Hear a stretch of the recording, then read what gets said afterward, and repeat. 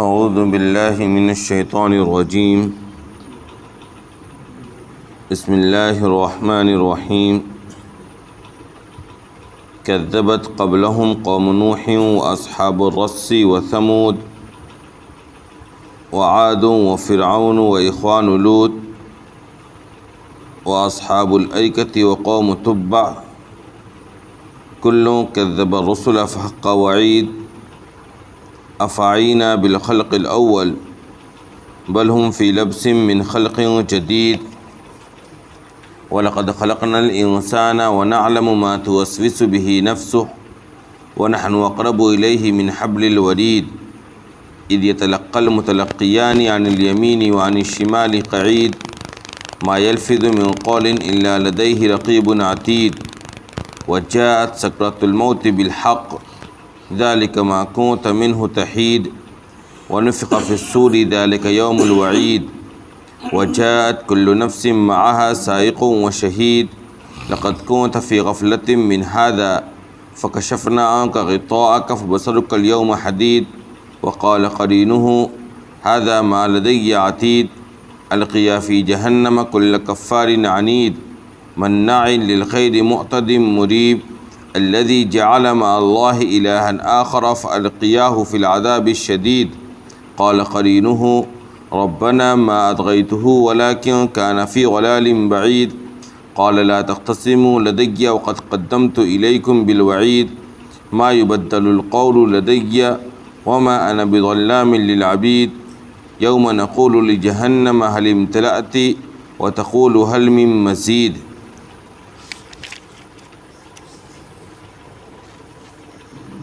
اس بات کا ان سے پہلے قوم نوح اور اصحاب الرس اور قوم سمود اور قوم عاد اور فرعون اور لوط کے بھائیوں نے اور ایکا والوں نے اور قوم تبع نے بھی جھٹلایا ہے. سب نے رسولوں کو جھٹلایا تو میری جو دھمکی تھی عذاب کی وہ ان پر ثابت ہو گئی. بھلا کیا ہم پہلی مرتبہ پیدا کرنے سے تھک گئے تھے؟ نہیں، یہ لوگ 89 پیدا کرنے کو لے کر بل ہم فی لبس من خلق جدید، نہیں بلکہ یہ لوگ 89 پیدا کرنے کو لے کر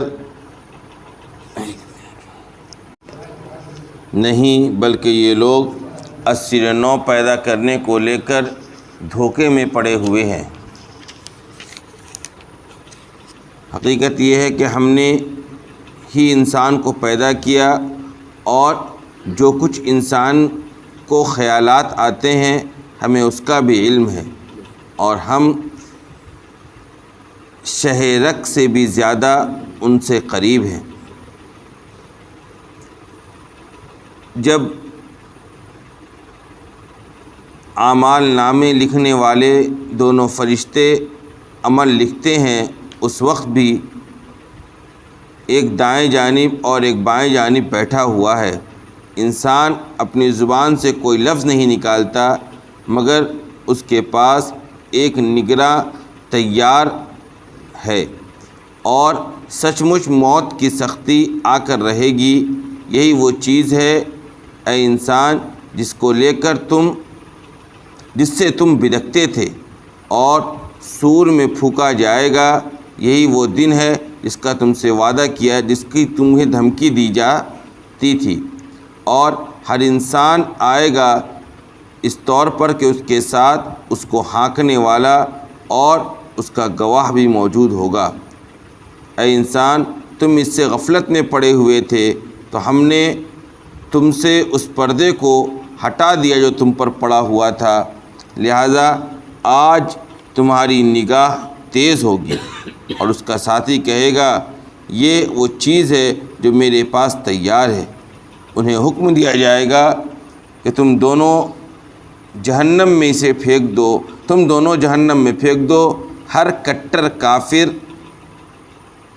سخت سرکش کو جو نیکی کے کاموں سے لوگوں کو روکنے والا ہے، حد سے زیادہ بڑھنے والا ہے، شک میں ڈالنے والا ہے، وہ جو اللہ کے ساتھ کسی دوسرے کو معبود بنا رکھا ہے، لہذا تم اسے سخت عذاب میں ڈال دو۔ اس کا ساتھی کہے گا، اے ہمارے پروردگار، میں نے تو اسے گمراہ نہیں کیا، لیکن یہ خود پلے درجے کے گمراہی میں پڑا ہوا تھا۔ اللہ کہے گا کہ تم لوگ میرے سامنے نہ جھگڑو، میں نے تمہارے پاس پہلے ہی دھمکی کی بات بھیج دی تھی۔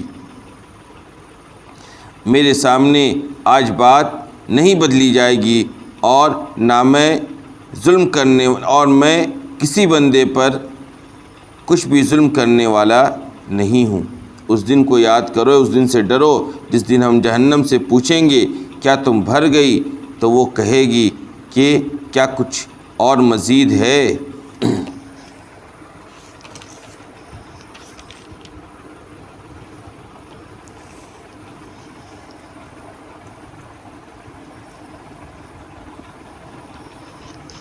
سورہ قاف کی تفسیر شروع ہوئی ہے،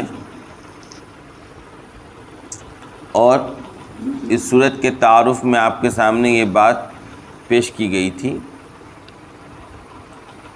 کہ یہ ایک مکی سورت ہے، اور اس کا جو بنیادی موضوع ہے وہ ہے عقیدہ آخرت کا اثبات، یعنی اس سورت کے اندر آخرت کو ثابت کیا گیا ہے، اور اسی کے ضمن میں قیامت اور آخرت کے احوال بیان کیے گئے، اور عقیدہ آخرت کے ثبوت میں دلائل بھی پیش کیے گئے ہیں۔ جیسے گزشتہ تفسیر کے اندر یہ ساری بات بتلائی گئی کہ دیکھو، تم دوبارہ زندہ کیے جانے کو محال اور ناممکن سمجھتے ہو، اس کی وجہ یہ ہے چونکہ تمہارے ذہن و دماغ میں اللہ کی قدرت کا صحیح تصور موجود نہیں ہے، ورنہ اگر تم غور کرو تو تمہارے سر کے اوپر آسمان موجود ہے، اس کے دیکھ لو، اس کو اللہ نے کیسے بنایا۔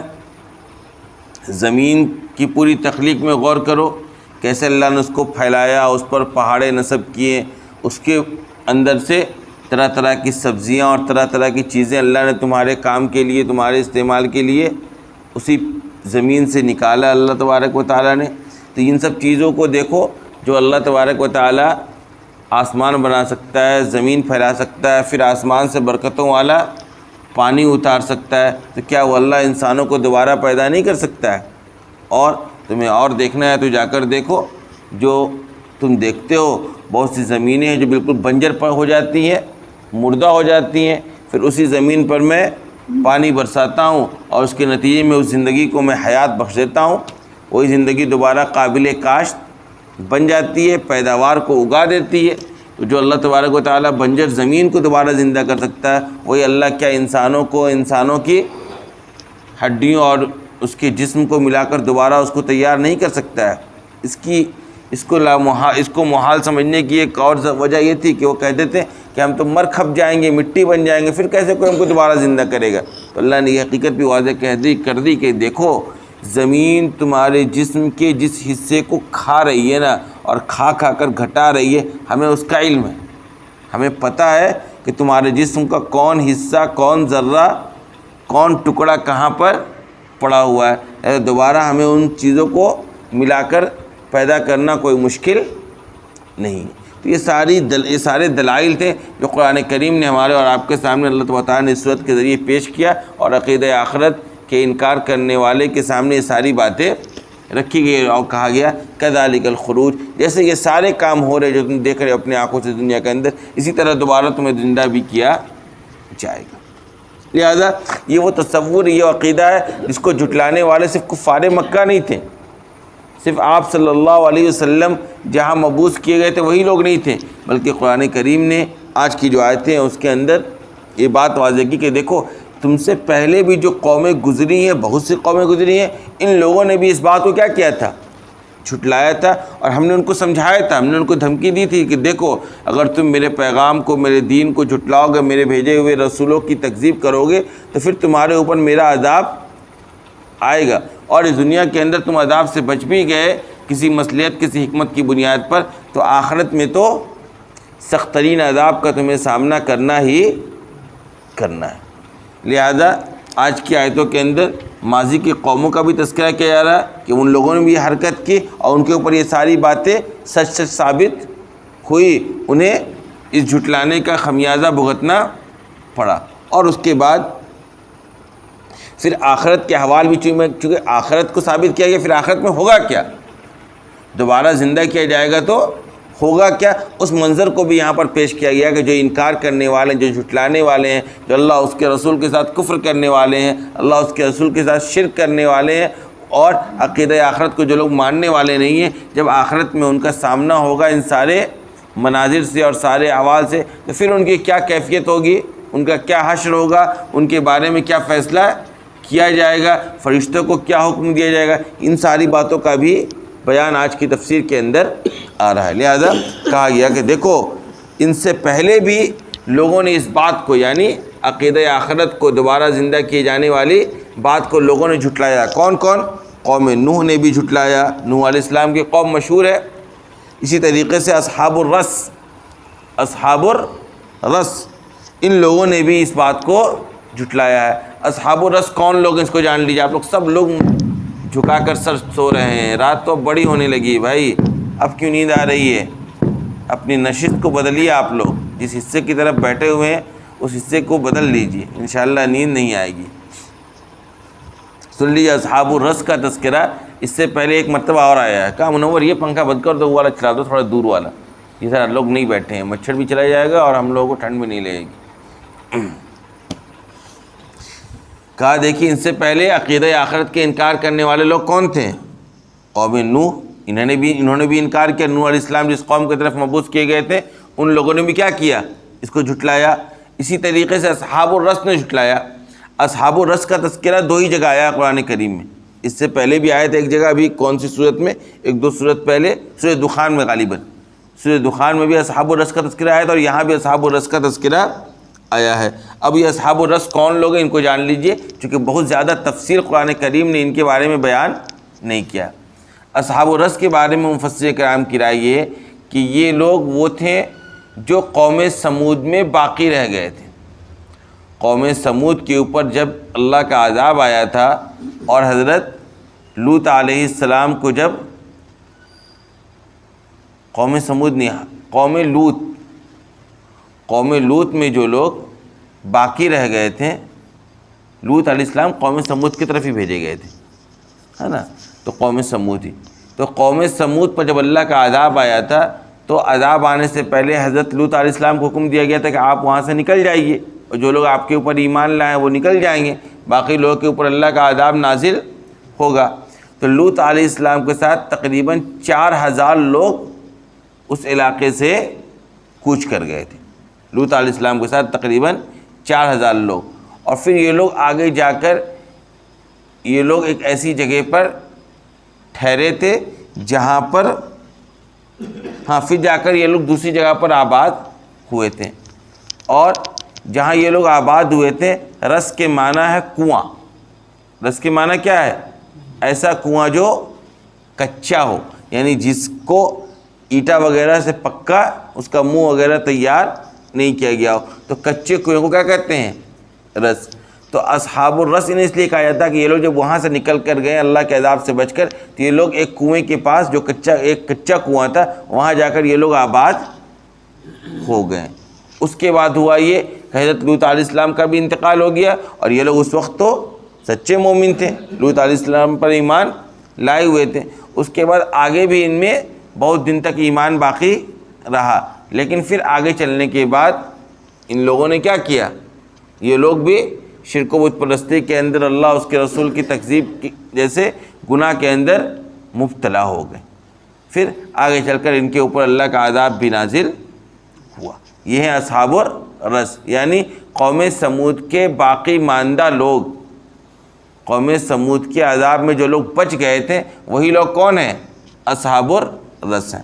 تو ان کے بارے میں بھی قرآن نے کیا کہا کہ ان لوگوں نے بھی عقیدہ آخرت کو جھٹلایا، اور قوم سمود نے بھی جھٹلایا۔ یہ تو قوم سمود کے بارے کے باندھا لوگ تھے، اور قوم سمود نے بھی عقیدہ آخرت کو اس سے پہلے جھٹلایا۔ وعاد، اور قوم عاد بھی مشہور ہے، اس کے طرف حضرت صالح علیہ السلام کو بھیجا گیا تھا۔ یہ لوگ کیا تھے؟ بہت زیادہ ڈیل ڈول، اپنی شجاعت وغیرہ میں مشہور تھے، پہاڑوں کو تراش کر یہ لوگ کیا کرتے تھے؟ عمارتیں اور محلات تیار کیا کرتے تھے۔ اسی طریقے سے فرعون مشہور ہے، اس نے بھی جھٹلایا، اور اخوان لوط اور لوط کے بھائیوں نے بھی ان ساری چیزوں کو جھٹلایا۔ وہ اصحاب الایکہ، اور اصحاب الایکہ نے بھی اس عقیدہ آخرت کو اس سے پہلے جھٹلایا۔ اصحاب الایکہ تو اس سے پہلے بھی آیا ہے اور وہاں ہی بتلایا گیا، تو یہاں بھی اصحاب الایکہ سے مراد وہ قوم ہے جس کی طرف حضرت شعیب علیہ السلام کو بھیجا گیا تھا۔ وہ قوم تبع، اور قوم تبع نے بھی جھٹلایا تھا۔ تبع کے بارے میں بھی پیچھے تفصیل آئی تھی آپ کے سامنے ایک مرتبہ، کہ قوم تبع سے مراد، تبع دراصل یمن کے حمیری علاقے کے بادشاہوں کا لقب تھا۔ یمن کے حمیری علاقوں کے بادشاہوں کا لقب کیا تھا؟ تبع۔ جیسے فرعون لقب تھا نا، مصر کے بادشاہوں کا لقب کیا تھا؟ فرعون۔ اسی طریقے سے یمن کے علاقہ جو تھا، حمیری علاقہ، وہاں کے بادشاہوں کا نام بھی کیا تھا؟ تبع تھا، اور تبع لقب پانے والے کئی بادشاہ ہوئے۔ اور تبع جو تھا وہ موسیٰ علیہ السلام کے دین کو قبول کیے ہوئے تھا، جو کہ اس زمانے میں برحق مذہب تھا۔ تو تبع نے نہیں جھٹلایا تھا، لیکن قوم تبع کی جو قوم تھی وہ بھی کیا تھی؟ عقیدہ آخرت کا انکار کرنے والی تھی، نبیوں کو جھٹلانے والی تھی۔ کل کذب الرسل فحق وعید، قرآن نے کہا ان سب نے رسولوں کو جھٹلایا۔ جتنی قوموں کا ہم نے تذکرہ کیا، ان سب نے کیا کیا؟ اپنے اپنے بھیجے ہوئے رسولوں کی ان لوگوں نے تکذیب کی۔ چنانچہ فحق وعید، میری جو دھمکی تھی، میرا جو عذاب کا وعدہ تھا ان سے، جس عذاب سے ہم نے ان کو ڈرایا تھا، وہ ان کے اوپر سچ ثابت ہو گیا، یعنی یہ لوگ بچے نہیں۔ اس کے بعد اب اللہ تبارک و تعالیٰ لوٹ رہے ہیں اسی مضمون کی طرف۔ یہ تو سمجھا دیا یہاں پر کہ دیکھو یہ عقیدہ آخرت کے انکار کرنے والے صرف یہ لوگ نہیں ہیں، ان سے پہلے بھی جو لوگ گزرے ان لوگوں نے بھی عقیدہ آخرت کا انکار کیا ہے۔ کہا سن لو، افعینا بالخلق الاول، ارے ہم نے 89 پہلی مرتبہ تمہیں پیدا کیا نا، پہلی جو تخلیق تمہیں حاصل ہے، جو پوری دنیا کو جو پہلی تخلیق حاصل ہے، اتنے انسانوں کو جو پہلی تخلیق حاصل ہے، یہ کس نے کی؟ اللہ نے کی۔ تو اللہ کہہ رہا ہے کہ ہم جب پہلی مرتبہ پیدا کیا ہم نے تمہیں، تو کیا ہم اس سے تھک گئے؟ ایسی بات نہیں ہے، جب ہم تھکے نہیں تو کوئی کام پہلی مرتبہ کرنا مشکل ہوتا ہے۔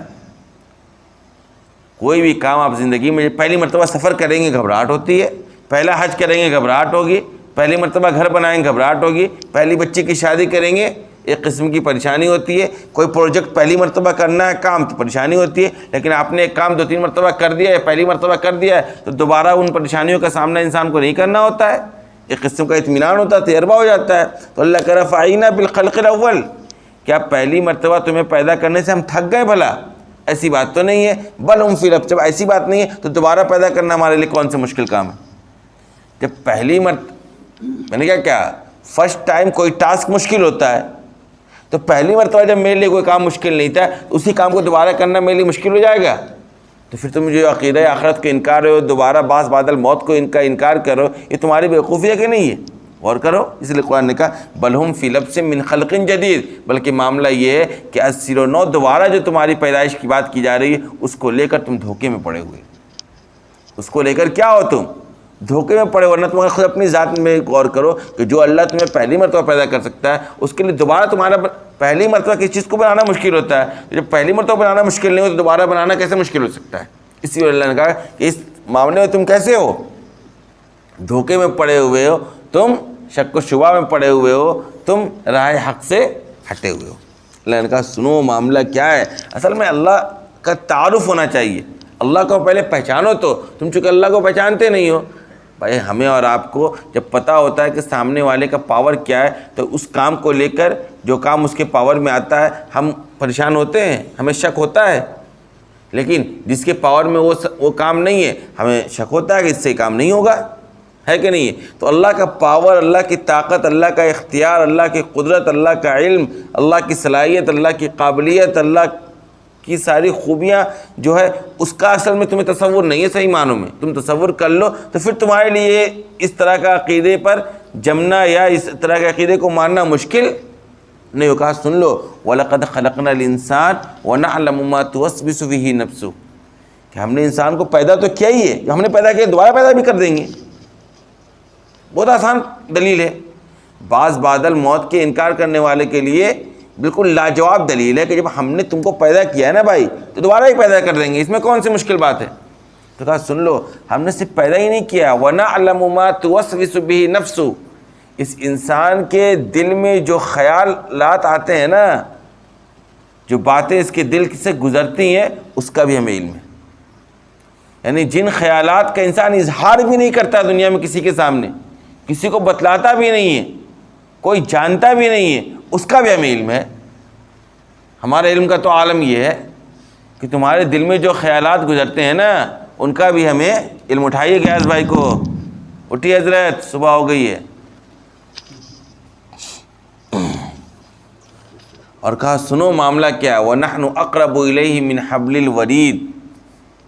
اللہ کہہ رہا ہے کہ ہمارا معاملہ یہ ہے کہ ہم اس انسان کے اتنے قریب ہیں کہ جو اس کا شہ رگ ہے نا اس سے بھی زیادہ قریب ہے. انسان کا شہ رگ کسے کہتے ہیں پتہ ہے؟ اس رگ کا نام ہے شہ رگ. یہ جو رگ ہے نا یہاں پہ یہ شہ رگ ہے. یہ انسان کے کتنے قریب ہے کہ نہیں؟ اللہ کہہ رہا ہے ہم اس سے بھی زیادہ انسان کے قریب ہیں. ہمیں تو انسان پر اتنا اختیار ہے، اتنی گرفت ہے، اتنی پکڑ ہے، اتنا ہم انسان کے قریب ہے، تو کیا اس انسان کو ہم دوبارہ پیدا نہیں کر سکتے ہیں؟ بتائیے. وَنَحْنُ أَقْرَبُ إِلَيْهِ مِنْ حَبْلِ الْوَرِيدِ. کہا سنو اتنا ہی بات نہیں ہے، ہم تو ایسے بھی قریب ہیں انسان کی، اور سن لو اس حالت میں بھی قریب ہیں اِذْ يَتَلَقَّى الْمُتَلَقِّيَانِ عَنِ الْيَمِينِ وَعَنِ الشِّمَالِ قَعِيدٌ. جب دو فرشتے جو کہ اعمال کو لکھتے ہیں وہ لکھ رہے ہوتے ہیں اور وہ ان کے پاس موجود ہے، ایک دائیں اور ایک بائیں بیٹھا ہوا ہے، ایک دائیں اور ایک بائیں بیٹھا ہوا ہے. یعنی ہم نے دو فرشتوں کو ہی مقرر کر رکھا ہے، وہ ان کے سارے اعمال کو نقل بھی کر رہے ہیں. اور وہ اس وجہ سے نہیں ہے کہ اللہ کل قیامت کے دن اور آخرت کے دن ساری باتیں انسان کے سامنے پیش نہیں کر پائے گا، بلکہ وہ اس وجہ سے تاکہ انسان کے خلاف حجت تام ہو جائے. انسان جب انکار کرے تو یہ فرشتے جو نامہ اعمال وہ پیش کر دیں گے کہ دیکھو تم نے کیا کیا کیا، یہ تمہارا خود کا عمل ہے. تو انسان پر حجت تام کرنے کے لیے اللہ نے یہاں پر دو فرشتے مقرر کر رکھے، ورنہ اللہ ان کے بغیر بھی کیا ہے، تمہارے قریب ہے، تمہاری ہر حرکت سے، تمہارے ہر خیالات سے واقف ہے. اور سن لے اتنی بات نہیں ہے، ما یلفظ من قول الا لدیہ رقیب عتید. انسان کا معاملہ کیا بتا دوں میں تمہیں کہ انسان اپنی زبان سے کوئی ایک لفظ نہیں بولتا اور نکالتا ہے مگر اس کے پاس ایک نگراں تیار بیٹھا ہے. ما یلفظ من قول الا لدیہ رقیب عتید. ایک لفظ تمہاری زبان سے نہیں نکلتا ہے لیکن ایک نگراں موجود ہے جو بالکل تیار بیٹھا ہے اس کو فوراً لکھنے کے لیے، فوراً رجسٹر میں درج کرنے کے لیے، فوراً ریکارڈ کرنے کے لیے. سی سی ٹی وی کیمرہ کا کیا معاملہ ہے؟ سی سی ٹی وی کیمرہ آج کی دنیا میں ہم اور آپ استعمال کرتے ہیں، وہ ہر چیز کو لائیو ریکارڈ کرتی ہے، ایک منٹ ادھر ادھر نہیں. یعنی آپ نے کیا اور وہاں نقل ہو گیا. ہم اور آپ یہاں کہہ رہے ہیں اور اس کیمرے میں ساری باتیں ریکارڈ ہو رہی ہیں، ساری تصویر ریکارڈ ہو رہی ہے، کون جا رہا ہے کون آ رہا ہے. یعنی ذرہ برابر بھی ٹائم کا بھی، ایک سیکنڈ کا بھی ادھر ادھر فرق نہیں ہوتا ہی ہے. ما یلفظ من قول الا لدیہ رقیب عتید. کوئی بات زبان سے انسان کی نہیں نکلتی ہے مگر ایک نگراں اس کو تیار بیٹھا ہے جو ان ساری چیزوں پر نگرانی کر رہا ہے. دیکھ لیجیے سی سی ٹی وی بہت بہترین مثال ہے اس کی. بھائی کوئی دیکھے گا یا کوئی فوٹو کھینچنے والا بھی کیمرہ نکالے گا، کلک کرے گا تب نہ ساری چیزیں آئے گی. یہاں کچھ نہیں کرنا ہے، بالکل تیار بیٹھا ہے کیمرہ کہ تمہیں جو کرنا ہے کرو. سب میں بالکل ایک دم سیکنڈ سے پہلے بھی اس کو کشف کرنے کے لیے اور ریکارڈ کرنے کے لیے تیار بیٹھا. یہی حال ہے انسان کے عمل کا. یہ جو فرشتے بیٹھے ہوئے ہیں یہ سی سی ٹی وی کیمرے سے بھی زیادہ تیز ہیں، ان کی نگاہ اس سے بھی زیادہ تیز ہے. کہا سن لو وجاءت سکرۃ الموت بالحق. موت کی سختی تو سچ مچ کر آ کر رہے گی. موت سے بچ کر دنیا میں آج تک کوئی قوم یا کوئی فرقہ یا کوئی جماعت ایسی پیدا نہیں ہوئی جو موت کا انکار کر دے. ہر چیز کو لے کر اختلاف ہے، خدا اور اس کے رسول کو لے کر اختلاف ہے، لیکن موت کو لے کر اختلاف نہیں ہے. قرآن نے کہا سن لو موت کی جو سختی ہے وہ تو سچ مچ آ کر رہے گی. اے انسان یہی وہ چیز ہے جس سے تو بدکتا ہے. تجھے بدکتا ہے نا، تجھے بھاگتا ہے نا، موت سے ہی بھاگتا ہے. اور تو سمجھ رہا ہے کہ جب مریں گے ہی نہیں تو دوبارہ زندہ کیسے ہوں گے؟ تو اصل میں موت کا ہی ڈر تیرے دل و دماغ میں بیٹھا ہوا ہے. سن لے، اس سے تو بھاگ نہیں پائے گا، اس حقیقت سے تجھے سامنا کرنا ہی کرنا ہے. اور سن لو وَنُفِخَ فِي الصُّورِ، اس کے بعد جب موت کا سامنا ہو جائے گا تو پھر سور کو پھونکا جائے گا. یہ دوبارہ سور کو جب پھونکا جائے گا، ایک مرتبہ جب سور پھونکا جائے گا تو ساری کی ساری دنیا کے اوپر موت طاری ہو جائے گی. پھر جب دوبارہ سور پھونکا جائے گا تو سب کے سب دوبارہ زندہ ہوں گے جو عقیدہ اسلام پیش کرتا ہے. سن لو وَنُفِخَ فِي الصُّورِ ذَلِكَ يَوْمُ الْوَعِيدِ، اور یہی وہ دن ہے جس سے تم کو دھمکایا جا رہا ہے. یہی وہ دن ہے جس سے تم کو ڈرایا جا رہا ہے، دھمکایا جا رہا ہے اور کہا جا رہا ہے دیکھو اس زندگی میں اگر تم گڑبڑ کرو گے تو اس دن جب تمہیں ہم اٹھائیں گے تو ساری چیزوں کا ہم تم سے بدلہ لیں گے. ہر عمل کا تمہیں ہم بدلہ دیں گے. اگر وہ اچھے اعمال ہوں گے تو نعمتیں ملیں گی، اور برے اعمال ہوں گے تو سزا سے دو چار تمہیں ہونا پڑے گا. اور سن لو صرف اتنا ہی معاملہ نہیں ہے، وجہ تم سوچ رہے ہو کہ بس یہی چل رہا سارا، کوئی بس جھٹلا رہے ہو تم آخرت کو، اور تم سوچ رہے ہو کہ ہم جو کر رہے ہیں کوئی پکڑنے والا نہیں ہے. ارے ایسی بات نہیں، اللہ تو دیکھ ہی رہا، اللہ تو نگرانی کر ہی رہا، اللہ تو شرک زیادہ قریب ہی ہے. اس کے علاوہ 2 فرشتوں کو بھی بیٹھا رکھا ہے جو تمہارے نام اعمال تیار کرے. اور سن لو ان 2 فرشتوں کا ساتھ جلدی چھوٹنے والا بھی نہیں ہے. معاملہ یہ ہے وَجَاءَتْ كُلُّ نَفْسٍ مَعَهَا سَائِقٌ وَشَهِيدٌ، ہر انسان اس طور پر آئے گا کل قیامت کے دن قبر سے نکل کر کہ اس کے ساتھ ایک فرشتہ اس کو ہانکنے والا اور ایک فرشتہ اس کے خلاف گواہ بن کر کھڑا ہوگا. یعنی یہ جو 2 فرشتے ہیں نا، جب انسان نکلے گا تو چلو ایک فرشتہ جو ان دونوں میں سے ایک فرشتہ اس کو ہانکے چلو چلو جلدی چلو میدان حشر کی طرف، اور دوسرا فرشتہ سارا رجسٹر لے کے تیار بیٹھا رہے گا. کورٹ جاتے ہیں کبھی آپ، کورٹ جائیے گا تو مجرم کو لے کے جاتا ہے، ایک اس کا وکیل ہوتا ہے، ایک اس کے خلاف گواہ ہوتا ہے جو سارا پورا فائل وائل لے کے تیار رہتا ہے، اور ایک پولیس ہوتا ہے جو اس کو پکڑ کر لے کے جاتا ہے چل جلدی جج کے سامنے. یہی معاملہ ہوگا وہاں پہ، اللہ کے سامنے انسان کو حاضر کیا جائے گا. یہ دونوں فرشتے ساتھ اٹھیں گے، جہاں اٹھیں گے نا ہمارا آپ قبر سے، یہ دونوں فرشتے ساتھ لگ جائیں گے. ایک پورا فائل لے کے تیار کھڑا رہے گا نام اعمال ہمارا آپ کا، اور ایک ہمیں ہانک رہا ہوگا. آ رہی بات سمجھ میں؟ اور یہ لے جا کر ہمیں کہاں پہنچائیں گے؟ اللہ کے سامنے. اور کہا جائے گا لَقَدْ كُنْتَ فِي غَفْلَةٍ مِّنْ هَذَا فَكَشَفْنَا عَنْكَ غِطَاءَكَ فَبَصَرُكَ الْيَوْمَ حَدِيدٌ، کہ تم اے انسان اسی دن سے غفلت میں پڑے ہوئے تھے. اس واقعے سے تم کیا تھے؟ غفلت میں پڑے ہوئے. تم سوچا تھا بس مر جائیں گے، مر کے مٹی ہو کر ختم ہو جائیں، کوئی پوچھنے والا نہیں ہے. سن لو ہم نے آج تم سے وہ پردہ ہٹا دیا جو تمہاری نگاہوں کے اوپر، تمہاری عقلوں کے اوپر پڑا ہوا تھا.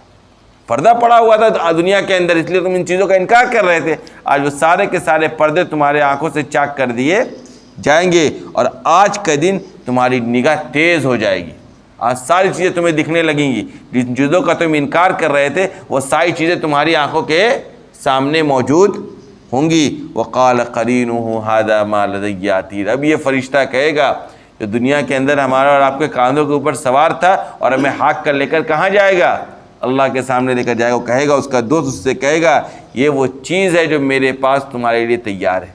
یعنی تمہارا سارا کیا کرا میرے پاس دیکھو یہاں پر فائل میں تیار ہے. یہ وہ چیز ہے جس کا تم انکار کر، تم یہ سمجھتے تھے کہ تم جو کر رہے ہو بند کمروں کے اندر کوئی دیکھ نہیں رہا ہے، تم جو کر رہے ہو سامنے والے کے ساتھ وہ کوئی جان نہیں رہا ہے. تم جو دھوکے میں رکھ کر دنیا کو چلا رہے تھے اور سمجھ رہے تھے سب سے زیادہ عقل مند اور سب سے زیادہ تیز اور سب سے زیادہ چال باز تم ہی ہو. تم یہ سمجھتے ہو کسی کا اس کو علم نہیں ہے. دیکھو ما لدیّ عتید، میرے پاس ساری چیزیں تیار ہیں، کوئی تمہاری حرکت ادھر ادھر نہیں ہے، پورا کا پورا فائل بالکل تیار ہے. وہ معاملہ نہیں ہے کہ دنیا کے اندر کورٹ کچہری میں لوگ پکڑ کے جاتے ہیں، اب وہاں پر اس کا گواہ کہہ دیتا ہے کہ ہمارے پاس ایویڈنس ہی موجود نہیں ہے، ہمارے پاس اس نے قتل کیا ہے نہیں کیا اس کو لے کے کوئی بات ہی موجود نہیں ہے. وہاں ایسا کچھ نہیں، ساری چیزیں تیار ہیں کہ دنیا کے اندر تم نے قتل کیا تھا، چوری کی تھی، زنا کیا تھا، حرام کمایا تھا، لوگوں کو ستایا تھا، ظلم و زیادتی کی تھی، تم نے جھوٹ بولا تھا، تم نے دن کو رات اور رات کو دن بنانے کی کوشش کی تھی، صبح و شام تم غفلت میں اور گناہوں کے اندر پڑے ہوئے، تم نے اللہ اس کے رسول کو ناراض کیا تھا. وہ ساری چیزیں دیکھو یہاں پر موجود ہے. سارا ایویڈنس لے کر یہ دونوں فرشتے موجود ہو جائیں گے، کھڑے ہو جائیں گے وہاں پر اور کہیں گے دیکھو ما لدیّ عتید، میرے پاس تمہارا سارا کارنامہ تیار ہے. آگے کہا اس کے بعد القیا فی جہنم کل کفار عنید. اب ان دونوں فرشتوں کو اللہ کی طرف سے حکم ہوگا، کیا ہوگا پتہ ہے؟ اٹھاؤ اس کو اور سخت ترین عذاب کے اندر ڈال دو. القیا فی جہنم نہیں کہا جائے گا، القیا فی جہنم کل کفار عنید کہا جائے گا کہ ہر کٹر کافر اور سخت ترین جو دشمن تھا دین کا دشمن اور کٹر کافروں کو جہنم میں ڈال دو۔ جو دنیا کے اندر دین کا کٹر دشمن تھا، اللہ اس کے رسول کا دشمن تھا، سرکش تھا، مسلمانوں کا دشمن تھا، اور مسلمانوں کے خلاف زہر اگلا کرتا تھا، مسلمانوں کے خلاف ظلم و زیادتی سے کام لیا کرتا تھا، مسلمانوں کا قتل کیا کرتا تھا، مسلمانوں کے بچوں کے اوپر میزائل گرایا کرتا تھا، کہا جائے گا ایسے تمام لوگ اٹھاؤ جہنم میں ڈال دو۔ یہ کون لوگ تھے؟ مناع للخیر معتد مریب۔ ایک تو لوگوں کو بھلائی سے روکنے والے لوگ تھے، لوگوں کو بھلائی سے روکنے والے تھے، معتدل بے جا حد سے آگے بڑھنے والے تھے۔ اللہ اس کے رسول کے بنائے ہوئے قوانین کی کوئی پاسداری نہیں تھی، سب کو رونق کر آگے نکل جایا کرتے تھے۔ مریب شک میں ڈالنے والے تھے، لوگوں کو اللہ اس کے رسول کے دین کو لے کر شک پیدا کرتے تھے، عقیدہ آخرت کو لے کر شک میں ان کو ڈال دیا کرتے تھے۔ ایسے لوگوں کو کیا کرو؟ اٹھاؤ اور جہنم میں ڈال دو۔ قارق الذی جعل مع اللہ الہا آخر، یعنی وہ لوگ جنہوں نے اللہ کے ساتھ دوسرے معبود بنائے، لہذا فالقیاہ فی العذاب الشدید، کہا جائے گا اس کو پکڑو تم دونوں فرشتے اور سخت ترین عذاب کے حوالے کر دو۔ یہ سب آخرت کے احوال اور مناظر بیان کیے جا رہے ہیں، جس کے کیا ہیں لوگ عام طور پہ منکر ہیں، جو لوگ آخرت کا انکار کرتے ہیں ان کے سامنے ساری باتیں پیش کی جا رہی کہ دیکھو انکار کرنے والوں کا کیا حشر کل قیامت کے دن اور آخرت میں ہونے والا ہے۔ قال قرینہ ربنا ما اطغیتہ ولکن کان فی ضلال بعید۔ اب ہوگا یہ کہ یہ جو لوگ جن کو یہ جہنم کا فیصلہ ہوگا، جن کے لیے عذاب کا فیصلہ ہوگا، یہ عذاب سے بچنے کے لیے کریں گے یہ نا، یہ کہیں کہ یا اللہ ہم نے تھوڑی کیا آپ کی نافرمانی، ہم نے تھوڑی یہ گناہ کیا، ہمیں تو شیطان نے بہکایا، ابلیس نے بہکایا تھا، یا ہمارے سرداروں نے ہمیں بہکایا تھا، ہم نے جس کو اپنا پیر سمجھا تھا، جس کو اپنا بڑا سمجھا تھا، جس کو اپنا مولوی صاحب سمجھا تھا، جس کو اپنا امام سمجھا تھا، اس نے ہمیں گمراہی کے راستے پر لا کر رکھ دیا تھا۔ یعنی اپنے سے عذاب کو ہلکا کرنے کے لیے یہ ایک ہیلا وہاں پہ وہ تیار کریں گے، فوراً شیطان انکار کر دے گا۔ قال قرین، اس کا دوست کہے گا، اس کا جو ساتھی تھا اس دنیا کے اندر شیطان ابلیس، وہ کہے گا ربنا ما اطغیتہ، اے پروردگار ہم نے اس کو نہیں گمراہ کیا ہے، یہ جھوٹ بول رہا ہے۔ کیوں؟ کیونکہ ہم نے زبردستی کسی گناہ پر زیادہ سے زیادہ دنیا میں ہم نے ترغیب دی تھی اس کو، تشکیل تو بیچارے جماعت والے بھی کرتے تھے، کیوں ان کے ساتھ گیا؟ یہ تشکیل تو اس کا جماعت والے بھی کرتے تھے، پوری زندگی پکڑ کے چلو بھائی مسجد چلو، اللہ کے دین کی طرف چلو، سچائی کی طرف چلو، کیوں نہیں مانا ان کی بات؟ اسی طریقے سے ہم نے صرف تشکیل کی، ہم نے بھی صرف تشکیل کی تھی، ہم نے زبردستی پکڑ کر کسی کو گمراہی پر اور شرک و بت پرستی پر اور تکذیب پر نہیں ڈالا تھا، تو ہم نے صرف زیادہ ہم نے ترغیب کی تھی۔ یہ خود کیا ہے سارا کا سارا کام، یہ خود کیا ہے؟ مجرم ہے، پکڑیے اس کو آپ۔ لہذا اس کا شیطان جو ساتھی تھا اس دنیا کے اندر کیا کر دے گا؟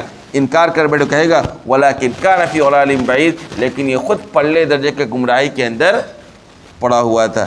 قال لا تختصموا لدي وقد قدمت اليكم بالوعید، اللہ کہے گا میرے سامنے اب جھگڑو مت، اب جھگڑنے کا موقع نہیں ہے، میرے سامنے جھگڑا مت کرو۔ سن لو، میں نے تمہارے سامنے تمہارے پاس پہلے ہی میں نے دھمکی بھیج دی تھی کہ اگر تم ایسا کرو گے تو تمہیں سخت ترین عذاب کا سامنا کرنا پڑے گا، تمہیں پہلے ہی سب مسئلے پر غور کر لینا چاہیے تھا۔ اب میرے سامنے آ کر جھگڑنے سے کوئی کام چلنے والا تمہارا نہیں ہے۔ قال ما يبدل القول لدي وما انا بظلام للعبید، اللہ کہے گا کہ میرے سامنے کوئی بات بدلی نہیں جائے گی، یعنی میں نے جو تمہیں کہا تھا کہ اگر تم ایسا کرو گے تو تمہیں سختی عذاب دی جائے گی، یہ بات اب بدلے گی نہیں۔ اور سن لو وما انا بظلام للعبید، اور میں بندوں پر کچھ بھی ظلم کرنے والا نہیں ہوں۔ ساری باتیں تمہیں پہلے بتلا دی گئی تھی، ساری باتیں تمہیں سمجھا دی گئی تھی، سمجھانے کے لیے پیغمبروں اور رسولوں کو بھیجا گیا تھا،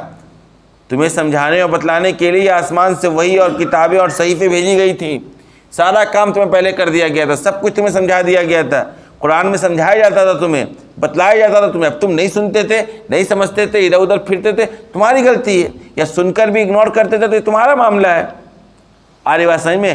اب جو تمہیں سختی عذاب کے حوالے کیا جائے گا اس میں میرے طرف سے کوئی ظلم کی بات نہیں ہے۔ اور سن لو اس دن کو یاد کرو، اس دن سے ڈرو، یوم نقول لجہنم، جس دن ہم جہنم سے پوچھیں گے، کہیں گے حل امتلأتی، کیا تیرا پیٹ بھر گیا؟ جہنمیوں سے، ایندھنوں سے، انسانوں اور دوسرے شیطانوں سے تیرا پیٹ بھر گیا؟ ہم نے جو اتنے لوگوں کو لا کر تمہارے اندر ڈال دیا تمہارے پیٹ کے اندر، تمہارا پیٹ بھرا یا نہیں بھرا؟ وَتَقُولُ هَلْ مِن مَزِيدٍ، جہنم کہے گا اور ہے کچھ تو لائیے، پیٹ نہیں بھرا ہے، کچھ اور ہے۔ سرکش قسم کے لوگ، کافر قسم کے لوگ، آپ کے نافرمان اور ہیں تو لے کر آئیے۔ کتنی سخت ترین آیت ہے، غور کیجیے۔ جہنمیوں کو جہنم میں ڈالنے، جہنم کا ہی پیٹ بھرنے والا نہیں ہے اتنے آسانی سے، وہ بھی تلاش کرے گا اور کچھ مل جائے۔ اللہ جب پوچھے گا سب کچھ کرنے کے بعد، فیصلہ کرنے کے بعد کہ بھائی تیرا پیٹ بھر گیا، ہو گیا اب معاملہ، سکون ملا تجھے؟ کہے گا نہیں، اور کوئی ہے تو لائیے پکڑ کر۔ کیا مطلب ہے؟ کوئی بچنے والا نہیں، جہنم بھی ادھر تیار کھڑا ہے گا اور کوئی آ جائے۔ دنیا میں انسان کیسے کرتا ہے دولت کے معاملے میں، اور آ جائے اور آ جائے اور آ جائے، جہنم بھی وہاں تیار کھڑا، اور آ جائے اور آ جائے اور آ جائے۔ اللہ تبارک و تعالی ہم سب کی حفاظت فرمائے۔ وآخر دعوانا